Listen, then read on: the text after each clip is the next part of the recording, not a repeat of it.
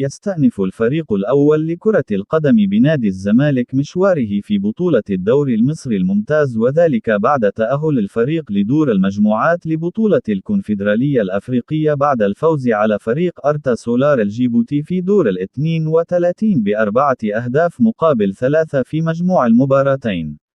وسيلتقي نادي الزمالك في المباراة القادمة مع فريق البنك الأهلي ضمن منافسات الجولة الثالثة لبطولة الدوري العام المصري يوم السبت القادم 7 أكتوبر في 7 مساء بتوقيت القاهرة والسعودية وقطر على استاد القاهرة الدولي، وستذاع المباراة عبر قناة أون تايم سبورت.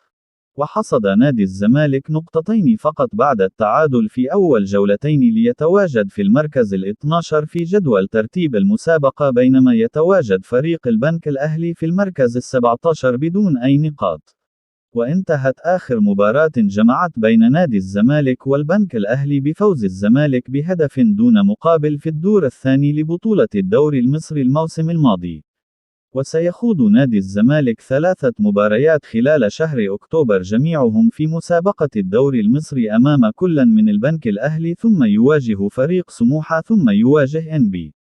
ويبحث نادي الزمالك عن تحقيق الانتصار الأول للفريق أمام البنك الأهلي وعدم نزيف أي نقاط أخرى لتحسين وضع الفريق مبكرا في بطولة الدوري المصري لهذا الموسم ليكون منافسا قويا على اللقب.